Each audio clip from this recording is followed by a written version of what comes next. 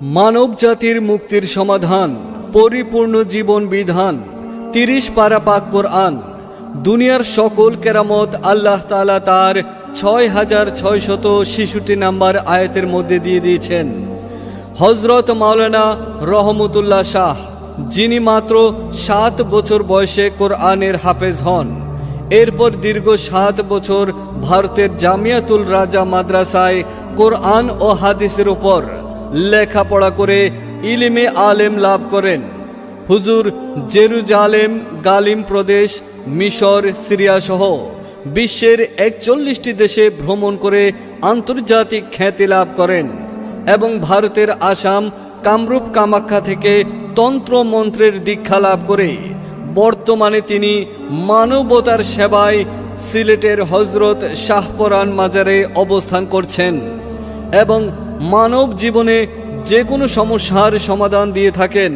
দুজনের ফ্যামিলি কেউই মেনে নিচ্ছিল না। তারপর আমিও আমার বয়ফ্রেন্ডকে নিয়ে হুজুরের দরবারে আসি। হুজুরের তাদবির গ্রহণ করার পর পারিবারিকভাবে আমাদের দুজনের বিয়ে হয়। আমি একজন গৃহিণী। আমরা দুজন দুজনকে ভালোবেসে পছন্দ করে বিয়ে করেছিলাম।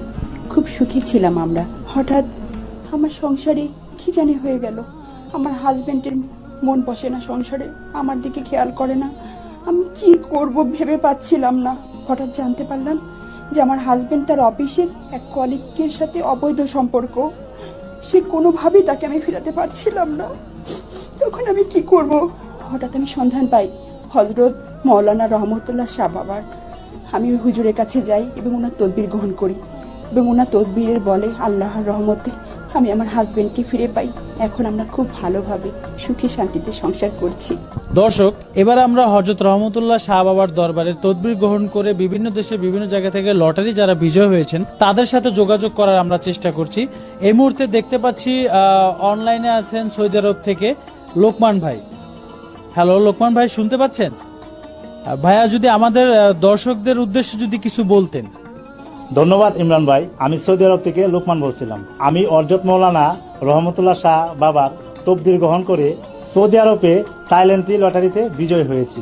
আমি হযরত মাওলানা রহমতুল্লাহ শাহের তদবিরে কুয়েতে, থাইল্যান্ডে লটারি বিজয় হয়েছি। আমি মালয়েশিয়া থেকে আরিফ হাসান বলছি। আমি হযরত মাওলানা রহমতুল্লাহ শাহ বাবার দরবার থেকে তদবির গ্রহণ করে আমি মালয়েশিয়ান 60 লটারিতে বিজয় হয়েছি এবং আমি হুজুরের দীর্ঘায়ু কামনা করি। মনের মানুষকে কাছে পাওয়া, অবাধ্য সন্তানকে বাধ্য করা। হুজুর কাজের আগে কোনো পারিশ্রমিক বা হাদিয়া গ্রহণ করেন না। আপনার তদবিরে সফলতা পেলে হুজুরের এতিমখানা, মসজিদ বা মাদ্রাসায় যথাসাধ্য সহযোগিতা করবেন। মানব সেবা দেওয়াই হুজুরের মূল লক্ষ্য।